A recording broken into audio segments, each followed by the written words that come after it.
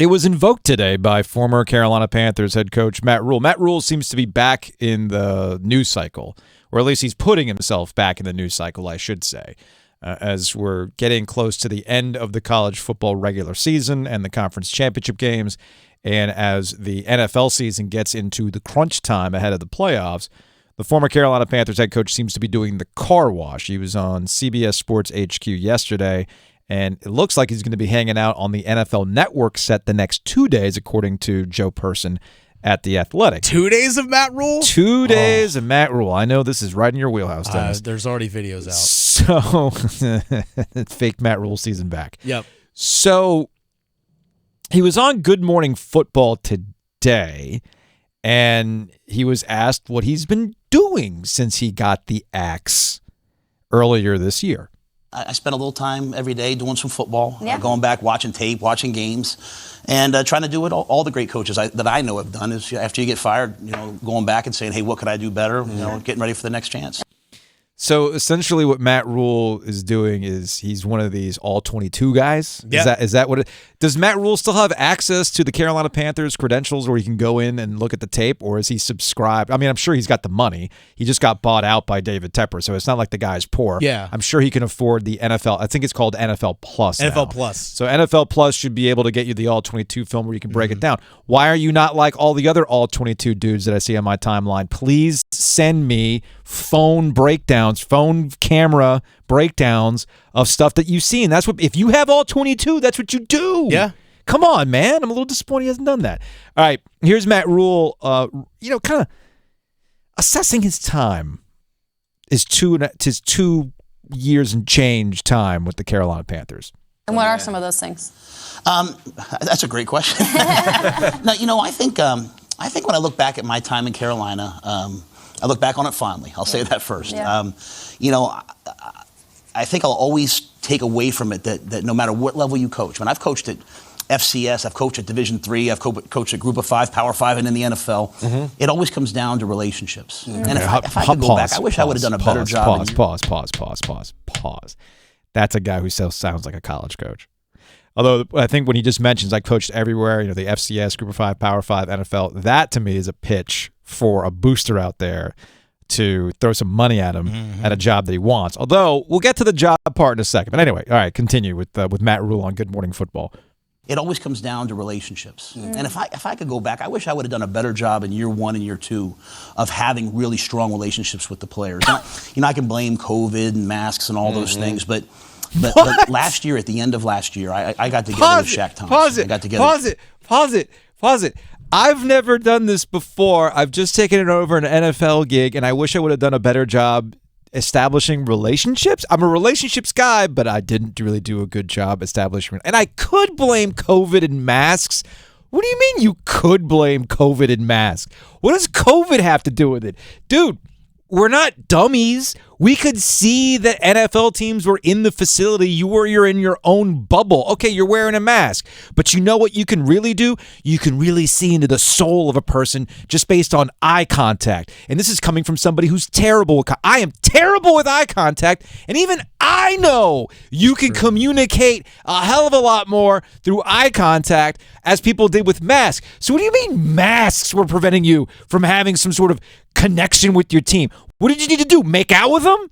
To really, truly, I mean, I get that, you can really connect with the person, kissing them, but what do you do? What? What? All right, continue. I can blame COVID and masks and all those things. Masks. But last year, at the end of last year, I got together with Shaq Thompson. I got together with Christian McCaffrey.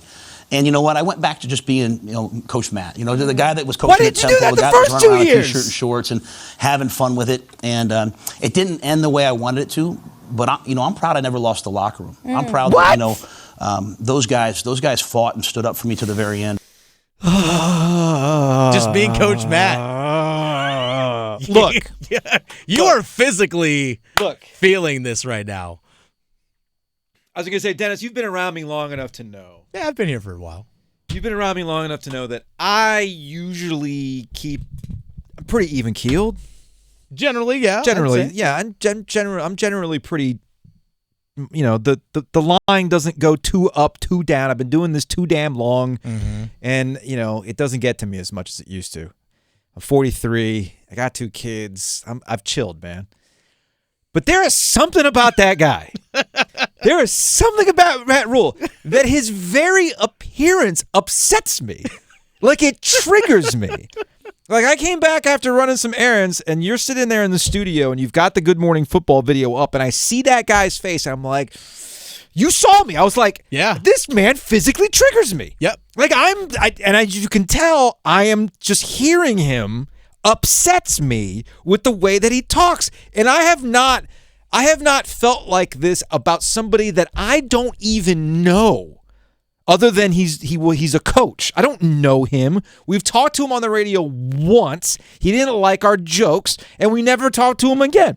But that's fine. You know how many dudes we talk to in this business? We talk to him once, and then we move on, and I don't think about it. It's whatever. But this guy physically makes me mad, and I don't know why. It's an irrational dislike of Matt Rhule. And maybe it's not irrational. Maybe it's been built up over hearing dumb press conferences after dumb press conferences. Yeah. And where he says, I'm just doing what the good coaches do. I think I know what it is. I actually think I know what it is. No, it's not you. It has nothing to do with you. He speaks LinkedIn. Oh, okay. This might not. Let me explain what that means. So every social media has its own language, okay? But LinkedIn is unique in that LinkedIn is everybody's and I don't spend any time on LinkedIn until I have an occasional thing where, like, I recently had a work anniversary, so I was getting bombarded with emails about somebody sent you a message. I'm like, okay, let me finally log on to LinkedIn. So I go on to LinkedIn, and there's some extra connections, whatever. I click through them. But if you go to LinkedIn, you basically see a series of people speaking in the most corporate speak ever. Like, I'm honored and with this opportunity to do, and it's like it's so fakey, and it's like there's no real personality there. It's all just fake, and it's all meant to just be. I'm truly honored and blessed to be. It's a job. It's a job. Okay, they're paying you for your skill. It's a job. It is not like, it's this purpose in my life, the blah, blah, blah. No. You took this job because they gave you a bunch of money to do this job, all right? And then you're doing all this stuff to network. That's what Matt Rhule sounds like to me all the time. He's like the embodiment of a walking LinkedIn feed telling you all this glowing crap. That's what Matt Rhule is, and I think I finally got to the source of my issues with this man, and I don't want to hear from him ever again. Except I'm going to have to because he's probably going to get a cut. Or is he? Because that's the question that I've got now from Matt Rhule. Is he just going to be doing TV because he can? Because what's it to him? He's got all the money from David Tepper to not coach. And we know how the offset works. If he gets another job, the money's going to get taken out of what was owed to him, right? So if you're Matt Rhule and you don't have any of the college coaching jobs you truly want, why do you got to take a gig? He doesn't have to take the Arizona State gig. What's it to him? He's going to make more money off of David Tepper not coaching than he is with the Arizona State gig. If it eventually gets around to, say, Nebraska being his job or maybe Auburn, okay, I get that part. But he's not going to take a job for the sake of taking a job. So it's entirely possible that Matt Rhule is going to be on my TV more, and I'm going to have to hear him talking. I just want to be a coach, Coach Matt. Yeah, I missed Coach the whistle. Matt. I really missed. Don't do it, Dennis, because it's going to bother me.